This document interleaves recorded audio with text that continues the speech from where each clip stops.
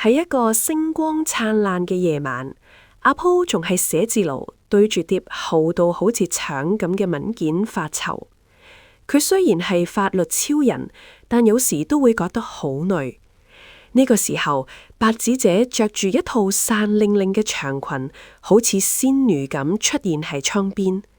佢輕輕一揮手，疊文件竟然變咗一對閃閃發光嘅耳。